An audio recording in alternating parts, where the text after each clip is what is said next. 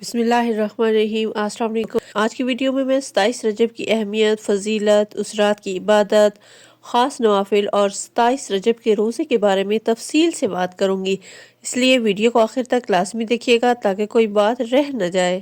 یہی اللہ پر توکل کا اصل ثمر ہے، اور اس پر جتنا غور کیا جائے دل اتنا ہی مطمئن ہوتا جاتا ہے، اور جو بندہ اللہ پر بھروسہ کرتا ہے اللہ اس کے لیے کافی ہو جاتا ہے۔ یہ کوئی عام بات نہیں، یہ رب العالمین کا وعدہ ہے، وہ وعدہ جو کبھی ٹوٹتا نہیں، کبھی کمزور نہیں پڑتا۔ بس شرط یہ ہے کہ دل پورے یقین کے ساتھ اللہ کے سپرد ہو جائے۔ جب انسان اپنی فکر، اپنے ڈر، اپنی بے چینی اللہ کے قدموں میں رکھ دیتا ہے تو پھر اللہ اس کی ضرورتوں کا کفیل خود بن جاتا ہے۔ رزق ہو یا عزت، سکون ہو یا حل، سب کچھ اپنے وقت پر بہترین طریقے سے عطا ہوتا ہے۔ قرآن ہمیں یاد دلاتا ہے، اور جو اللہ سے ڈرے اللہ اس کے لیے نکلنے کا راستہ بنا دیتا ہے اور اسے وہاں سے رزق دیتا ہے جہاں سے وہ گمان بھی نہیں کرتا۔ یہ آیات صرف پڑھنے کے لیے نہیں، یہ جینے کے لیے ہے، سہارا لینے کے لیے ہے۔ آج ہم سب زندگی کی ایک نہ ختم ہونے والی دوڑ میں شامل ہیں۔ پیسہ، مقام، آسائش، نام، ہر کوئی آگے بڑھنا چاہتا ہے، لیکن اس دوڑ میں ہم اکثر وہ آسان راستہ بھول جاتے ہیں جو اللہ نے خود ہمیں دکھائے ہیں۔ ہم حرام اور ناجائز کے دروازے کھٹکھٹاتے ہیں، لیکن حلال کے صبر والے راستے کو چھوڑ دیتے ہیں۔ ہم انسانوں کے سامنے ہاتھ پھیلاتے ہیں، لیکن رب کے سامنے جھکنے میں دیر کر دیتے ہیں۔ ذرا سوچئے، اللہ سمندر کی گہرائیوں میں رہنے والی بحیل مچھلی تک کو روزانہ ہزاروں کلو رزق پہنچا دیتا ہے، پرندوں کو بغیر گودام کے کھلاتا ہے، چیونٹی کو اس کے بل میں رزق دیتا ہے، تو کیا وہ آپ کے بچوں کی فیس، آپ کے گھر کا خرچ، آپ کے 2 وقت کے کھانے کا بندوبست نہیں کر سکتا؟ یقین مانیے، رزق کی کمی نہیں، یقین کی کمی ہے۔ جب انسان شکوے چھوڑ دیتا ہے، کیونکہ میرے ساتھ کہنا چھوڑ دیتا ہے، اور صرف دعا، التجا، آنسو اور سجدہ اختیار کر لیتا ہے، تو اللہ پاک اس کی زندگی کے بند دروازے ایسے زاویوں سے کھولتا ہے جن کا انسان نے کبھی تصور بھی نہیں کیا ہوتا۔ کبھی مسئلہ وہی رہتا ہے لیکن دل مضبوط ہو جاتا ہے، کبھی راستہ اچانک نکل آتا ہے، اور کبھی اللہ ایسا سکون عطا کر دیتا ہے کہ دکھ بھی عبادت لگنے لگتے ہیں۔ کوئی سسرال میں آزمائشوں کا سامنا کر رہا ہے، کوئی شوہر کی لاپرواہی سہ رہا ہے، کوئی ماں بن کر بھی تنہا ہے، کوئی اولاد کے لیے ترس رہا ہے، کوئی ٹوٹا دل لیے راتوں کو جاگتا ہے، اور کوئی ایسا ہے جس کے پاس اپنا دکھ سنانے والا بھی کوئی نہیں۔ یہ سب آزمائشیں ہیں، اور یاد رکھیے اللہ کسی کو بے مقصد نہیں آزماتا۔ کسی کو نعمت دے کر آزمایا جاتا ہے کہ شکر کرتا ہے یا نہیں، اور کسی سے لے کر آزمایا جاتا ہے کہ صبر کرتا ہے یا پھر نہیں۔ بس ایک بات یاد رکھیے، ہر حال میں اللہ سے جڑے رہنا ہی کامیابی ہے۔ شکر خوشی میں، صبر تکلیف میں، اور توکل ہر حالت میں۔ جو اللہ پر چھوڑ دیتا ہے اللہ اسے کبھی خالی ہاتھ نہیں لوٹاتا، شاید فوراً نہیں بلکہ بہترین وقت پر بہترین طریقے سے نواز دیتا ہے۔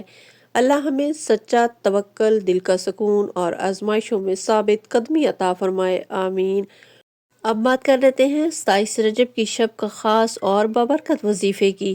سب سے پہلے یہ بات اچھی طرح یاد رکھیں کہ 27 رجب کی مبارک رات ہوگی کون سی۔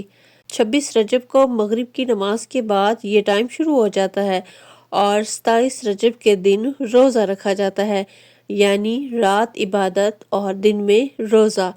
یہ وہ رات ہے جس میں اللہ کی رحمتیں خاص طور پر نازل ہوتی ہیں، اس لیے کوشش کریں کہ اس رات کو فضول باتوں، موبائل اور سوشل میڈیا سے بچا کر صرف اللہ کے لیے مخصوص کر لیں۔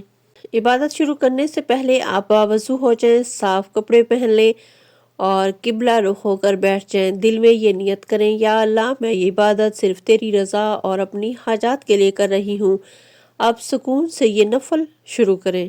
پہلے 4 رکعت نفل سورہ قدر کے ساتھ اس طرح پڑھیں: 4 رکعت نفل برائے حصول برکت، رحمت اور قبولیت دعا۔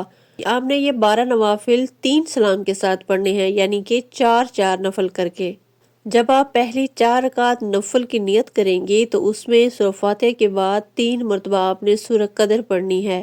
4 رکعت نفل مکمل کرنے کے بعد آپ نے 70 مرتبہ یہ مخصوص دعا پڑھنی ہے جو آپ کو سکرین پر بھی نظر آ رہی ہے۔ یاد رکھیے، یہ دعا پڑھتے وقت آپ کے دل میں عاجزی ہو، آواز دھیمی ہو اور توجہ صرف اللہ رب العزت کی طرف ہو۔ اب دوسرے 4 رکعت نفل اس طرح پڑھیں: یا اللہ، میں اپنی مدد، آسانیوں اور نصرت کے لیے یہ نفل ادا کر رہی ہوں۔ اس میں بھی ہر رکعت میں آپ نے سورہ فاتحہ کے بعد سورہ نصر 3 مرتبہ پڑھنی ہے، یعنی ہر رکعت میں سورہ فاتحہ کے بعد 3 مرتبہ سورہ نصر پڑھنی ہے۔ سلام پھیرنے کے بعد دوبارہ آپ نے 70 مرتبہ وہی مخصوص دعا پڑھنی ہے۔ یہ نفل خاص طور پر مشکل حالات، بند راستوں، رکی ہوئی دعاؤں کے لیے بہت مؤثر سمجھے جاتے ہیں۔ تیسری 4 رکعت نفل آپ نے سورہ اخلاص کے ساتھ پڑھنی ہے۔ اس کی نیت کچھ اس طرح سے کرنی ہے: یا اللہ، اپنی حاجات، دل کے بوجھ اور پریشانیوں کے حل کے لیے ہر رکعت میں آپ نے سورہ فاتحہ کے بعد سورہ اخلاص 3 مرتبہ پڑھنی ہے۔ سلام کے بعد سورہ علم نشرح آپ نے 70 مرتبہ پڑھنی ہے۔ یہ سورت دل کے بوجھ، گھبراہٹ اور تنگی کے لیے بہت خاص ہے۔ جب آپ یہ 12 رکعت نفل ادا کر لیں گے تو اب وہ وقت آتا ہے جب انسان اپنے رب کے سامنے جھک کر اور دل کھول کر اپنے رب سے مانگتا ہے۔ آپ نے سب سے پہلے درود پاک پڑھنا ہے، پھر یہ اسماء حسنہ پڑھنی ہے، اس کے بعد آپ نے اسماء حسنہ پڑھنے ہیں، پھر یہ اسماء حسنہ پڑھیں: یا اللہ 3 مرتبہ، یا رحمان 3 مرتبہ، یا رحیم 3 مرتبہ، یا ارحم الراحمین 3 مرتبہ، یا حیو یا قیوم، یہ بھی آپ نے 3 مرتبہ پڑھنا ہے۔ کہا جاتا ہے کہ ان ناموں کے ساتھ مانگی گئی دعا پر فرشتے آمین کہتے ہیں۔ اپنی زبان میں، اپنے الفاظ میں، اپنے آنسوؤں کے ساتھ جو دل میں ہو مانگیں: رزق میں برکت، قرض سے نجات، بیماری سے شفا، اولاد، اچھے رشتے، گھر، سکون، یا جو بھی آپ کے دل میں آپ کا دل کا دکھ ہو اس کو اللہ کے سامنے اپنے رب سے مانگیے۔ آخر میں سب دعا مکمل کرنے کے بعد آپ نے دوبارہ درود پاک پڑھنا ہے۔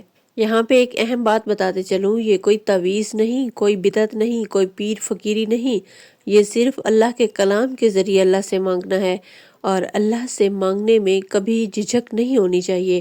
اللہ اس مبارک رات کے صدقے ہم سب کی دعائیں قبول فرمائے، آمین یا رب العالمین۔